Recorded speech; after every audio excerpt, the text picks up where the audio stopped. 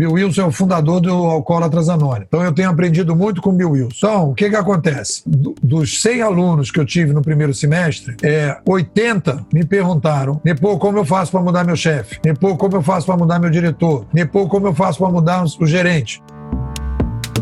Aí eu comecei a estudar o AA pelo seguinte: o AA, você pode reparar, ele não tem panfleto nos bares, o AA não tem cartaz nos bares, o AA ele não faz absolutamente nenhum trabalho de divulgação no bar. O que ele faz? Ele deixa o cara se ferrar. É esse o recado. O que você faz com o gestor? Deixa ele se ferrar. E aí o que eu acho que a gente tem que fazer? A gente tem que apontar dizendo assim, aí faz do outro lado. Temos aqui um grupo que está pensando bacana, estamos criando projetos legais, estamos estimulando as startups, estamos fazendo mudança pessoal em cada um. E aí o título que a gente colocou aqui na nossa escola foi: se você quer lidar mal com o futuro, é problema seu. Se você quer lidar bem com o futuro, é um problema nosso. Essa é uma frase do AA. Esse é o Carlos Nepomuceno, e ele é o nosso convidado de hoje para falar sobre a obra Cybercultura, de Pierre Levy. Além de ter conhecido o autor pessoalmente, o Carlos Nepomuceno é fundador e curador da Bimodais Futurismo Competitivo, que é uma escola de formação em futurismo. Ele já esteve aqui no Resumo Cast, pois é o autor do livro Administração 3.0, que foi também um dos nossos episódios mais polêmicos e gerou muita provocação. No momento que eu li o livro do Pierre Levy, a partir do momento que eu tive contato com as ideias do Pierre Levy, é como se fosse uma encruzilhada. Você vai lendo os americanos, tem um labirinto em que você vai para um lado do labirinto e tem várias coisas que você não consegue sair daquele labirinto porque as portas vão se fechando, e quando você faz a opção pelo Pierre Levy, você entra num outro labirinto, as portas vão se abrindo. É impressionante como esse livro, para mim, foi um livro definitivo para poder enxergar as coisas do digital completamente diferente, e a base de tudo que a gente está pensando começa aqui com o nosso amigo Pierre Levy. Está preparado então para embarcar em mais uma viagem que vai te deixar mais preparado para entender o mundo ao seu redor? Eu sou Gustavo Carriconde e o Resumo Cast está começando. Os melhores livros de negócios investigados a fundo por quem entende de empreendedorismo. Fique ligado, pois está começando mais um episódio do Resumo Cast com Gustavo Carriconde e Renata Libérica. O livro Cybercultura foi publicado pela primeira vez em 1999. Pierre Levy é filósofo, sociólogo e pesquisador em ciência da informação e da comunicação e estuda o impacto da internet na sociedade. Para ele, a cybercultura é um movimento que oferece novas formas de comunicação, que chama a atenção de milhares de pessoas pelo mundo, onde cada nó, computador, está conectado a uma grande rede, gerando uma fonte diversificada de informações que se retroalimentam. O fato é que, nos dias atuais, é preciso navegar nesse mundo de transformações radicais. Então, esse livro aqui, para você entender esse livro, você vai ter que ter alguns outros livros, que esse livro aqui é o resultado de um processo longo desse autor. Esse livro aqui é de 1999, está completando 20 anos, né? E o grande diferencial, e a gente enriquece o debate brasileiro sobre o digital, porque esse livro aqui, ele traz um conceito que é o seguinte: ele vê a internet como um fenômeno social recorrente. Eu não vou falar exatamente as palavras dele, mas a minha interpretação que eu faço dele. A primeira leva de pensadores americanos, principalmente no Brasil, as pessoas começaram a analisar a internet como um fenômeno social único. Está acontecendo na internet, olha que coisa diferente, como é que essa coisa está acontecendo? Puxa, que maravilha e tudo. E aí começa uma tentativa de explicar um troço que tem um impacto muito forte na sociedade como um fenômeno social único. O que eu gostei quando eu peguei o Pierre Levy e ele me ajudou? O que ele diz? Olha, a internet, e aí ele está falando de cybercultura, não é um fenômeno fenômeno social único. A internet é mais uma mudança de mídia na sociedade. Então, o que o Pierre Levy vai trazer? Ele vai dizer, quando as mídias mudam na sociedade, chegada da oralidade, chegada da escrita, chegada da escrita impressa, chegada dos meios eletrônicos de massa e o digital, a sociedade entra num processo de mudança civilizacional, numa nova era civilizacional. Então, no momento que ele traz isso, ele traz uma abordagem completamente diferente do que o mercado está fazendo. Se você pegar aí o livro que foi debatido aqui no Resumo Cast, do Salib Magaldi, que são pessoas inteligentíssimas ali, o Gestão da Manhã, fiz um aprofundamento grande do Gestão da Manhã, um livro ótimo, grandes sacadas, bato palma para os dois, nada a criticar da inteligência deles, mas eles vão pegar como pensador básico do livro o Peter Drucker, que é uma pessoa que teve grandes sacações, e eles colocam como um gênio, e eu considero realmente um gênio, só que ele viveu num período entre mudanças de mídia. Então o Peter Drucker não teve oportunidade, por exemplo, de perceber o impacto que as mídias têm nos negócios e na administração, porque ele já viveu dentro das mídias de massa, da escrita impressa, e não chegou a pegar a internet na sua força. Então ele não conseguiu pensar sobre esse assunto.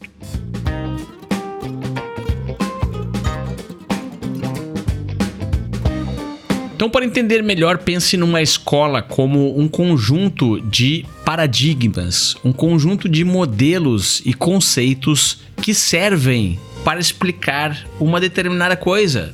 Vivemos uma era onde a educação está extensivamente sendo discutida. O que deve ser ensinado nas escolas? Muitas pessoas acham que não devemos nos preocupar sobre isso, é só falar qualquer coisa ali, é só jogar qualquer livrinho ali, e isso não terá nenhum impacto no futuro. Mas não é bem assim. Somos, sim, profundamente impactados pelo que aprendemos com as escolas. E esses conceitos têm um impacto tremendo na construção da nossa sociedade, na construção da nossa nação. Então vamos saber um pouco mais sobre essas duas escolas que são essenciais para entendermos o conceito desse livro. A escola americana, que acha que o fenômeno da internet e da cybercultura está acontecendo uma única vez na história, é algo excepcional. E do outro lado, a escola canadense, que acha que esse mesmo fenômeno já aconteceu diversas vezes, mas em diferentes momentos da nossa história. Quando a gente fala de startup, nós estamos no modelo americano de ser e viver, que eles são maravilhosos. Não estou criticando o americano. Então o cara vai lá, saiu o Uber. O cara, eu vou fazer um Uber de cabeleireiro. Como é que funciona? Pega o Uber, faz reengenharia, Uber de cabeleireiro. Vamos fazer um Uber agora de sapateiro. Como é que faz? Show. Pega lá as experiências, vai lá e faz. Então eu acho que os americanos, para esse tipo de inovação, que no fundo é uma inovação, nesse caso, incremental, porque é a cópia do que está funcionando, beleza, americano. Agora, o Pierre Levy não vai ser o cara para as startups e os unicórnios. O Pierre Levy é o cara para a transformação digital, que é o que eu estou falando. É uma organização tradicional que quer vir para o mundo digital e não está conseguindo, porque eles estão com o mesmo paradigma. E eles estão tentando resolver esse problema usando os americanos, na tentativa e erro. Só que não vão conseguir. Porque precisa fazer uma revisão de paradigma, porque dentro de uma organização tradicional hoje, você tem um modelo de comando e controle, que é o modelo de comando e controle da mídia passada, oral escrito, que é incompatível com o modelo de comando e controle do Uber, por exemplo. Num eu tenho carteira assinada, o outro eu não tenho. Num eu tenho gerente, no outro eu não tenho. Num eu tenho controle de qualidade, controle de produto e serviço, no outro eu não tenho. Como é que eu enxergo o Uber? Eu consigo enxergar o Uber no momento que eu olho para trás, vejo as revoluções de mídia, estudo todas elas e percebo que o Uber só é possível porque chega uma nova linguagem. Isso aqui aparece de alguma forma nesse livro aqui. Então, se você não entender que uma organização tradicional é incompatível, o modelo de comando e controle, você não vai sair do lugar. Qual é a definição de transformação digital? O que significa esse termo que todo mundo fala, mas pouca gente sabe definir? Bom, transformação digital para mim, né, não é transformação digital, é transformação para o digital, né? O grande desafio das organizações, aí a gente vai trabalhar em 3 níveis. Você tem a organização tradicional que trabalha... É simples, Gustavo. É um modelo que a gente brinca muito na escola, simples. A TV Globo é gestão. Quando ela faz digitalização, ela vira Netflix. Então é uma transformação digital de tecnologia. O Netflix é o quê? Novos canais. Ganha dinheiro. Tá arrebentando. Mas é digitalização, é incremental. O Netflix é a gestão na internet. O YouTube é curadoria, é uberização. Não tem gerente, não há controle do conteúdo. O Netflix tem controle do conteúdo. A Globo tem controle de conteúdo. O YouTube não tem controle de conteúdo. É exponencial. Nepô, mas dá uma coisa assim que é inegável que ele é mais exponencial. Vamos lá. TV Globo, 20 milhões de usuários. Netflix, 220. YouTube, 2,2 bilhões de usuários.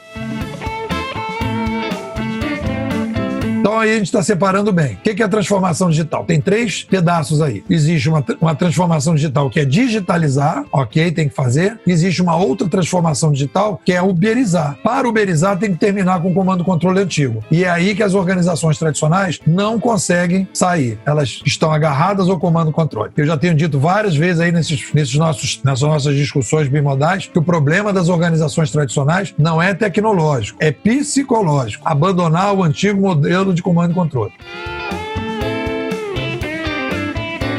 Qual é a definição de cybercultura, que é o título do livro?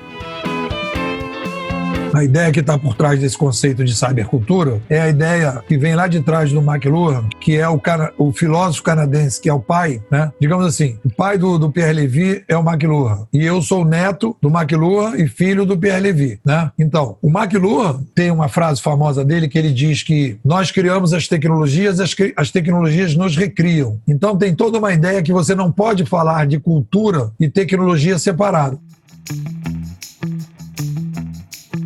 A cultura, e aí ele vai falar isso aqui no livro várias vezes. Olha aqui, ó, vou ler para vocês. Aqui, página 25. Uma técnica é produzida dentro de uma cultura e uma sociedade encontra-se condicionada por suas técnicas. E digo condicionada, não determinada.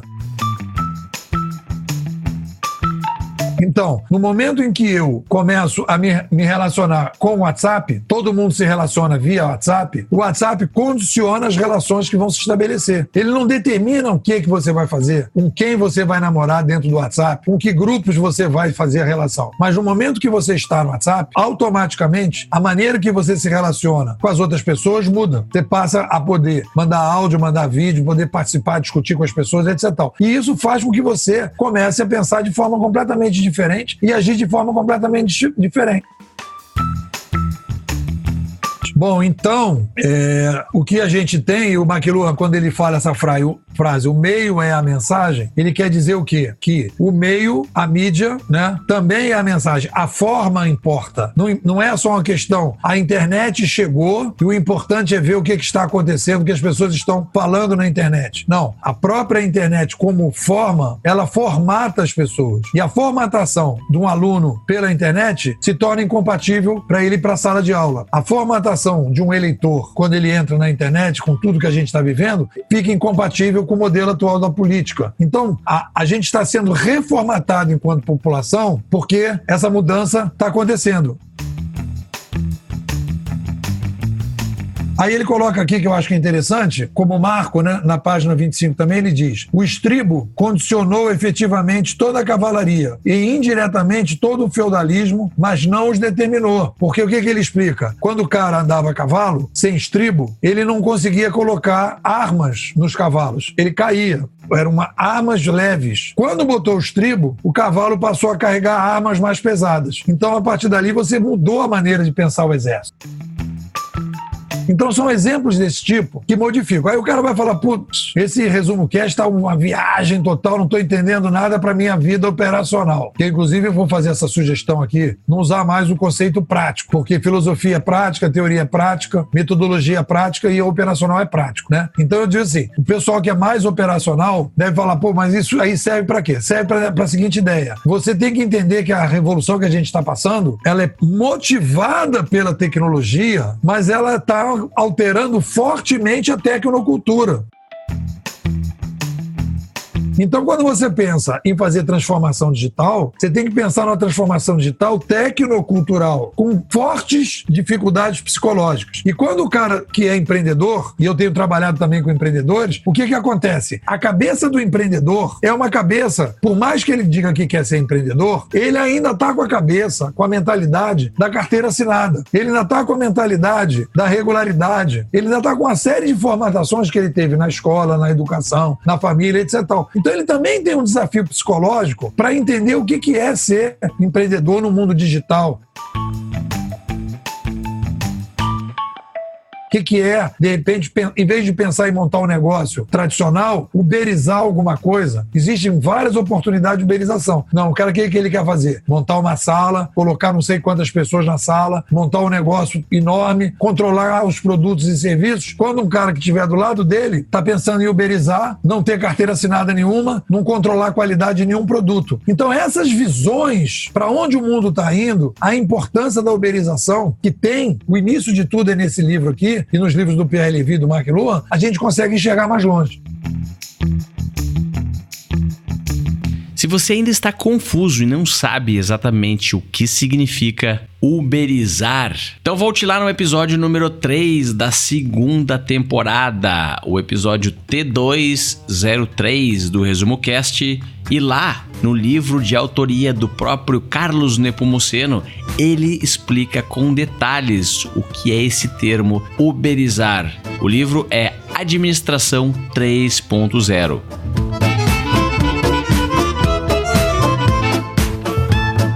Agora vamos desviar um pouco da rota, mas esse assunto que vem a seguir é importante para construir as fundações e entender o que está por vir. Sabe aquela velha discussão sobre os mundos online e offline? Será que eles são excludentes? Será que um dia o mundo online vai substituir o mundo offline e os seres humanos não terão mais contato nenhum?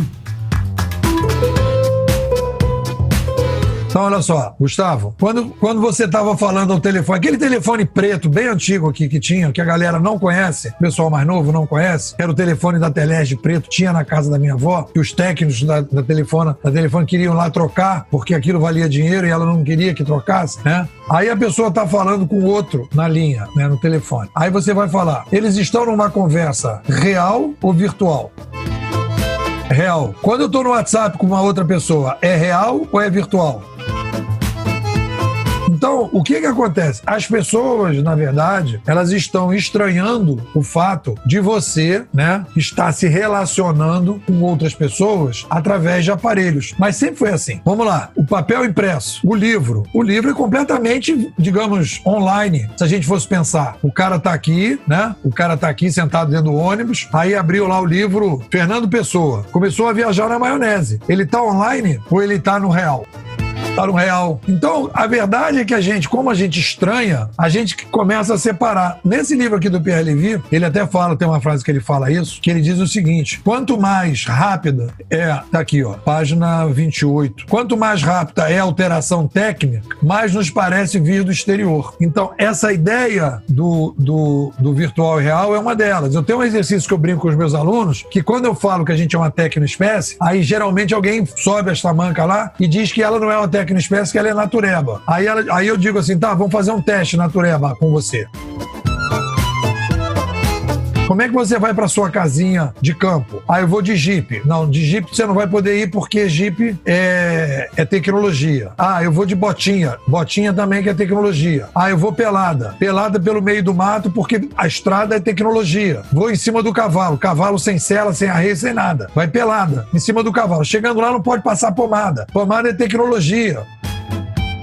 Aí ela fala, mas eu chego lá, tem muita natureza. Não, você fica numa casa é tecnologia, uma casa coberta de palha e de tijolo lá, que é tecnologia transformada, aqueles negócios tudo transformado numa casa, fogão de palha, fogão a lenha é tecnologia, lampião a gás é tecnologia. Então a gente, quando tem novas tecnologias, a gente passa um período civilizacionando essas tecnologias, incorporando essas tecnologias na nossa cultura. Quando fica invisível, aí a gente já diz que não é tecnologia. Aí a gente diz que é tecnologia, tudo que é novo.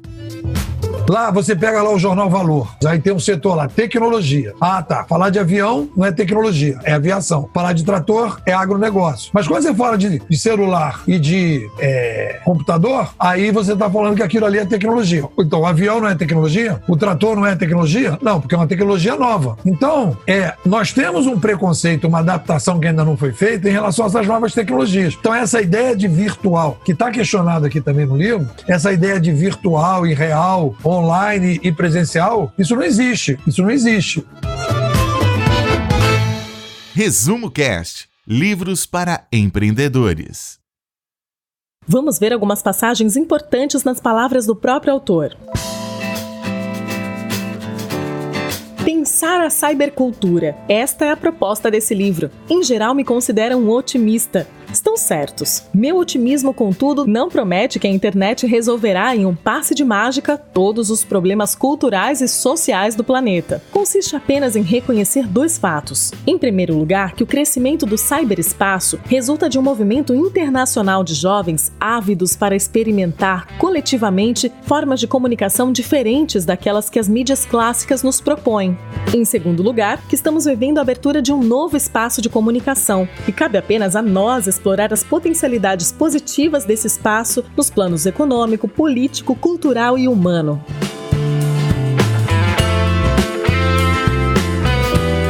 Não quero de forma alguma dar a impressão de que tudo que é feito com as redes digitais seja bom. Isso seria tão absurdo quanto supor que todos os filmes sejam excelentes. Peço apenas que permaneçamos abertos, benevolentes, receptivos em relação à novidade, que tentemos compreendê-la, pois a verdadeira questão não é ser contra ou favor, mas sim reconhecer as mudanças qualitativas na ecologia dos signos, um ambiente inédito que resulta da extensão das novas redes de comunicação para a vida social e cultural. Apenas dessa forma seremos capazes de desenvolver essas novas tecnologias dentro de uma perspectiva humanista.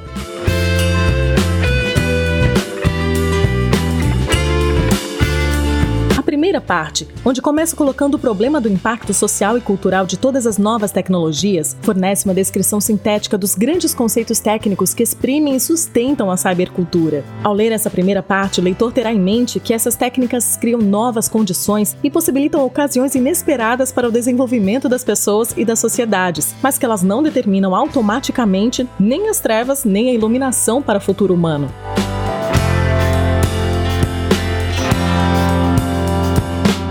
A segunda parte trata mais especificamente das implicações culturais do desenvolvimento do cyberespaço. Esboça o retrato da cybercultura, a nova forma de universalidade que inventa, o movimento social que a fez nascer, seus gêneros artísticos e musicais, as perturbações que suscita na relação com o saber, as reformas educacionais necessárias que ela pede, sua contribuição para o urbanismo e o pensamento da cidade, as questões que coloca para a filosofia política.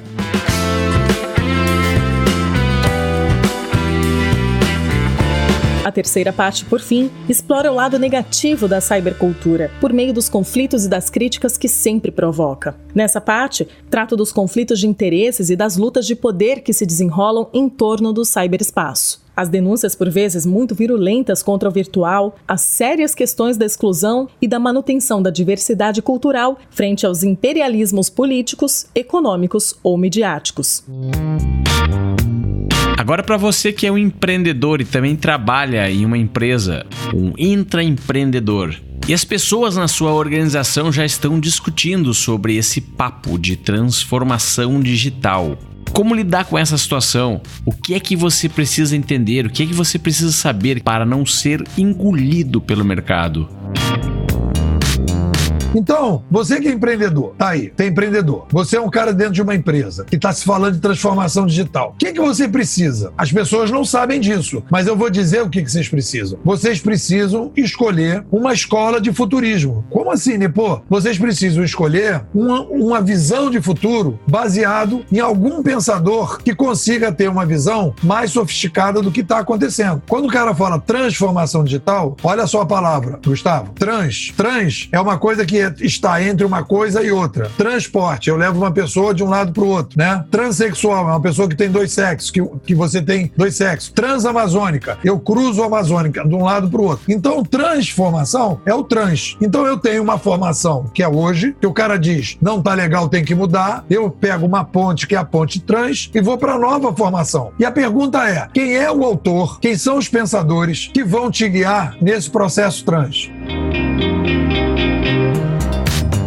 Qual é o diagnóstico que nós vamos ter para poder sair da formação atual analógica para tal formação digital? Então, o mercado brasileiro, aí você vai ver isso em todos os autores, trabalham com autores americanos. Os autores americanos, eles são ótimos para determinado tipo de pegada, mas quando se trata de uma visão macro, que tem que mexer com filosofia, que tem que mexer com história, que tem que fazer uma timeline da história, em que eu tenho uma timeline que começa há 70 mil anos, com a chegada da oralidade, depois há 7 mil anos com a chegada da escrita, depois há 500 anos com a chegada do papel impresso. Isso, a galera acha que isso tudo é uma besteira. Mas quando o Pierre Levy, nesse livro, diz que nós estamos vivendo uma revolução midiática e que não é a primeira vez que a gente está vivendo isso, a gente tem uma oportunidade gigantesca, Gustavo, de comparar. Um mosquito que está mordendo a sociedade é um mosquito midiático, então vamos comparar todas as epidemias parecidas com essa no passado. O que aconteceu na sociedade quando esse mosquito mordeu a gente na chegada da oralidade? O que aconteceu na escrita? Aí a gente começa a enxergar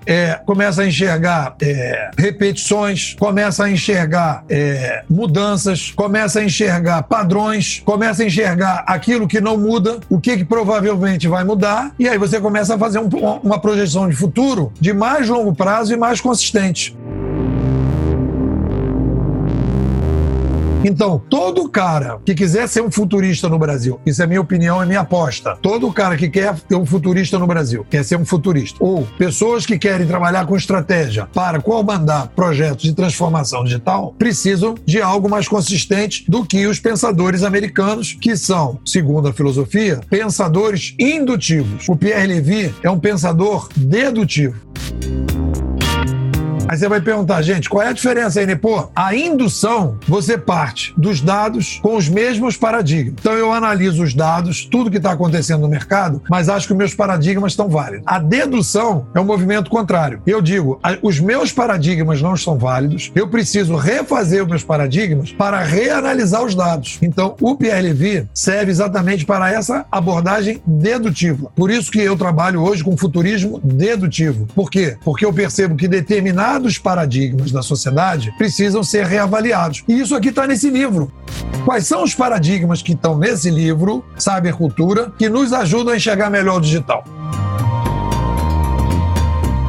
Estamos falando muito sobre essas duas escolas de pensamento aqui nesse episódio, a escola americana e a escola canadense.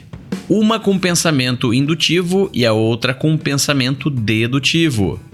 Uma que acha que a internet é um evento único, outra que é um evento recorrente. Mas na prática, ou melhor, como diz o Nepo, na operação.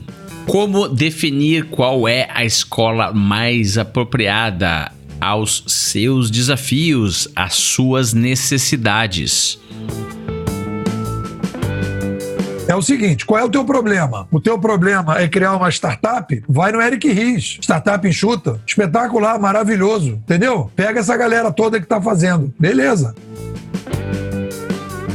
Agora, você tem como missão fazer transformação digital? Vai pegar quem? Me diz uma organização tradicional, uma só, que hoje lidere mercado digital. Eu estou falando de organização tradicional. Ah, mas a Apple não. A Apple já era uma empresa de tecnologia. Me diz uma organização tradicional que tenha feito 1, 2, 3 e hoje é líder de mercado digital, no que a gente está chamando de mercado digital. Ele está digitalizando, tá colocando aplicativo, tá. Hoje o cara consegue resolver um sério de problema pela internet, tá. Ele melhorou muito, melhorou. Bato palma pra ele, bato. Mas ele não é líder, é vagão.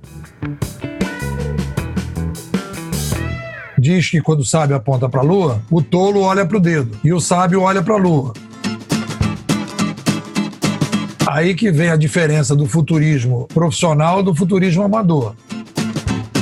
O que um futurista profissional tem que olhar? Ele tem que olhar para a essência do ser humano, a demanda. Então você pode dizer o seguinte: sempre precisaremos de educação? Sim. Sempre precisaremos de administração? Sim. Sempre precisaremos de interação entre as pessoas? Sim. Existe a possibilidade disso não acontecer? Não. Isso faz parte integrante. É da essência humana. Então, se a gente hoje tem uma escola no modelo tradicional, a gente pode dizer o seguinte: essa escola é filha da mídia passada. Nós vamos mudar o modelo de educação, mas nós não vamos acabar com a educação, porque o ser humano não é um cavalo que nasce e já está pastando e já sabe todas as necessidades que ele pode ter. Ele dá aqueles passinhos ali e dali a 3 horas ali ele já está caminhando junto com a mãe dele. O ser humano não, é um longo período entre nascer, aprender a falar, aprender a andar, aprender a comer, aprender a se vestir, Então a educação sempre vai existir. Então a interação humana sempre vai ser necessária. As tecnologias que vão sendo oferecidas, conforme elas melhoram a possibilidade de interação, você vai ver, sempre foi na direção da melhoria. O WhatsApp, por exemplo, hoje está perdendo espaço para o Telegram. Por quê? Porque o Telegram permite, além de outras coisas, o armazenamento dos vídeos e dos filmes e dos áudios e dos textos que estão colocados. Então o cara que entra de novo na comunidade pode ver um histórico, coisa que o WhatsApp não permite. Então está indo para um upgrade. Então o que você pode afirmar é o seguinte: sempre teremos ferramentas interativas cada vez mais sofisticadas, cada vez mais flexíveis, cada vez mais personalizadas. Agora, qual vai ser a da bola da vez? Vai depender do gosto da massa, tá entendendo? Se é barata, se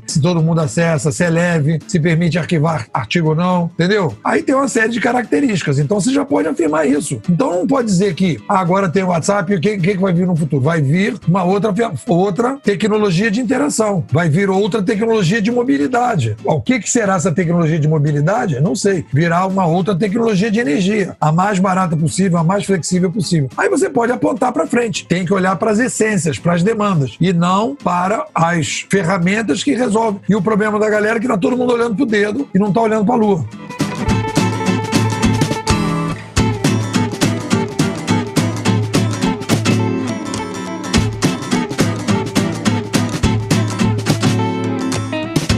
Qual é o futuro da humanidade? O que o empreendedor que está nos escutando agora tem que ficar de olho para poder utilizar como uma possível oportunidade diante de todas essas mudanças que estão acontecendo?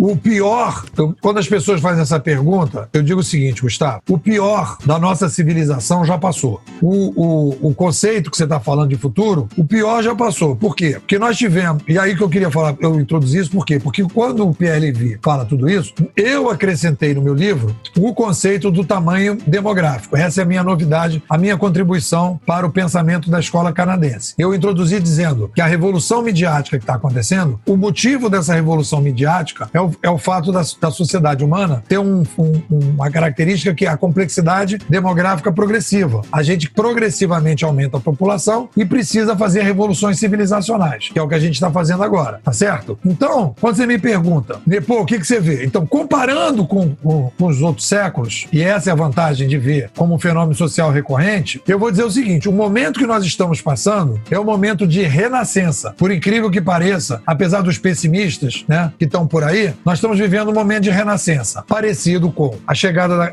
dos filósofos na Grécia e parecido com a renascença depois da Idade Média.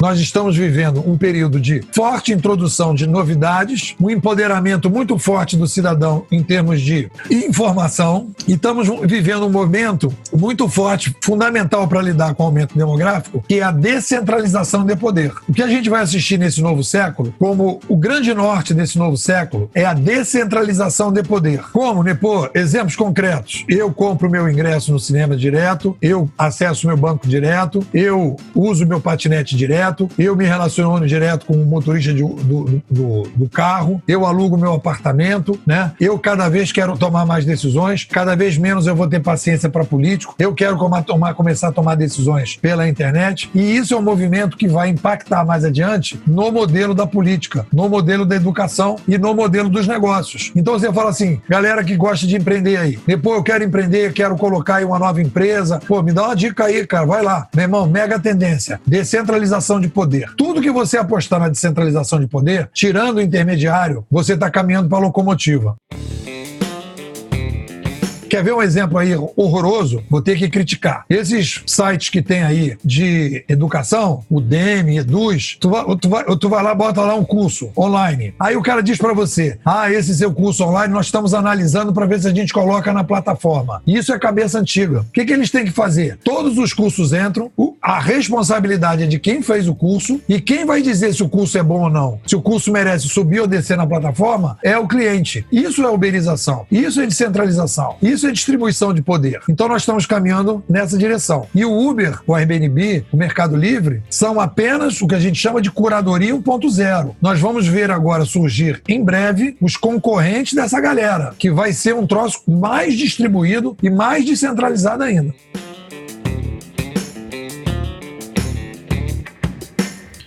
Como é que fica a política nessa história toda? Você pode me perguntar, pô, Nepão, você está falando de descentralização? Você acha que Bolsonaro é descentralização? O Trump é descentralização? Se quiser falar de política, mano, tu sabe que eu chuto bem também nessa área, né? Podemos falar sobre isso. Vai lá então, Nepô. Pode chutar. Bom, então essa discussão, quer dizer, o Pierre Levy faz um debate aí sobre política, né? E aí você pode me perguntar, né? Mas peraí, você tá falando de descentralização, você acha que o Trump é descentralização? Que o Bolsonaro é descentralização? Eu acho. E aí eu demorei muito tempo para entender o Bolsonaro, né? O Bolsonaro é um fenômeno muito difícil, né, de ser incorporado dentro dessa discussão digital, mas o que eu aprendi no final, quer dizer, todo final de uma era civilizacional, você tem uma crise. E o que dança nessa crise, no fim de uma era civilizacional, são os valores. E geralmente, e aí você vai pegar o Lutero lá no final da Idade Média, quando o Lutero começa a questionar a Igreja Católica, ele vê a deturpação da Igreja Católica em função da concentração de mídia. Qual foi a ação do Lutero? Ele vai traduzir a Bíblia, ele vai imprimir a Bíblia, ele vai distribuir a Bíblia, ele vai colocar a Bíblia, uma escola do lado de cada igreja para disseminar os conceitos da Bíblia. Então, no mesmo momento que nós vemos um movimento novo, tecnológico, isso é uma característica da Revolução, você tem um resgate de determinados valores antigos, que não são velhos, que retornam, porque são estruturantes da civilização. Quais são esses valores? Não roubarás, não matarás, não cobiçarás a mulher do próximo, ou seja, não ficará tentando tomar do outro o que é do outro. Esses conceitos estão voltando. E eles são estruturantes da civilização. Então, se você parar para pensar, o que a gente tinha no Brasil são grupos políticos que diziam, olha, houve uma roubalheira, mas nós estamos acima dessas roubalheiras porque o nosso projeto está acima, isso aí é um detalhe dentro do nosso projeto. E isso não estrutura a civilização.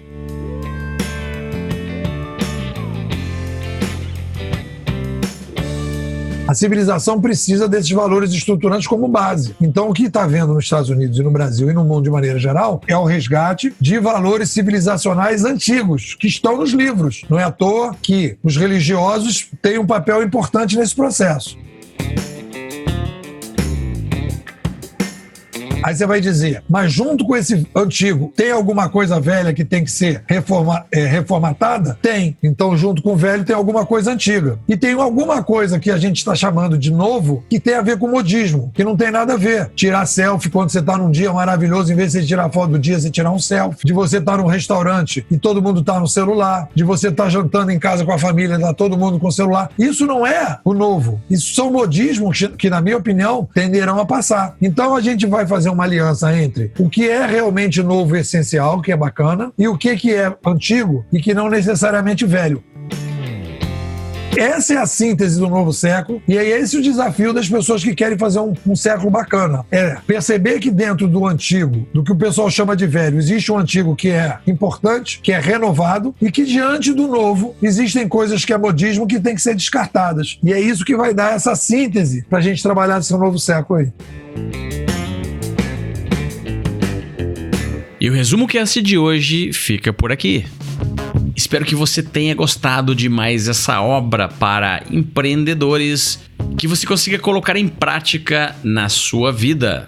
Porque, afinal de contas, o verdadeiro empoderamento através do conhecimento acontece quando conseguimos mudar a nossa vida, quando conseguimos fazer as coisas melhores, mais rápidas, mais eficazes ou de forma mais agradável.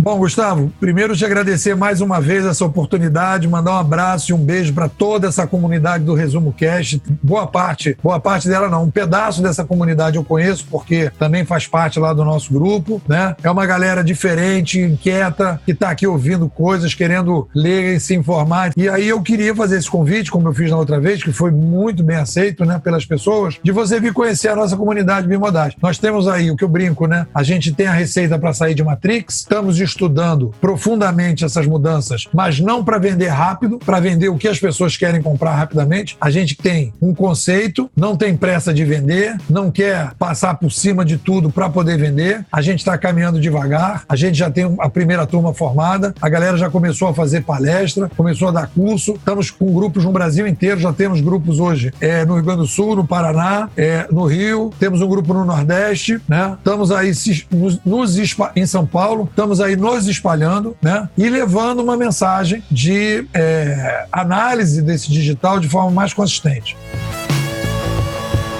E, pô, como é que eu participo dessa brincadeira aí? Zap 21 99608 6422. Repetindo, 21 99608 6422. Depois, acabei de ouvir o ResumoCast lá, papo legal, quero ser bimodal. Pronto. Na hora que você me mandar o zap, automaticamente já entra o link do grupo, você cadastra e já está recebendo material de atualização diariamente, conversando com o pessoal. Depois, se animar, vem fazer o curso. É um curso super diferente, tudo pelo WhatsApp, muito legal. E eu agradeço de novo, Gustavo, de me dar a oportunidade aqui de estar junto com essa comunidade maravilhosa, espetacular. E além da escola e da comunidade que o Nepomuceno tem no WhatsApp, ele também tem cursos online e você pode acessar resumocast.com.br/Carlos Nepomuceno e conhecer mais sobre essas ideias. O link está na descrição desse episódio. Um grande abraço aqui de Dubai e até a semana que vem.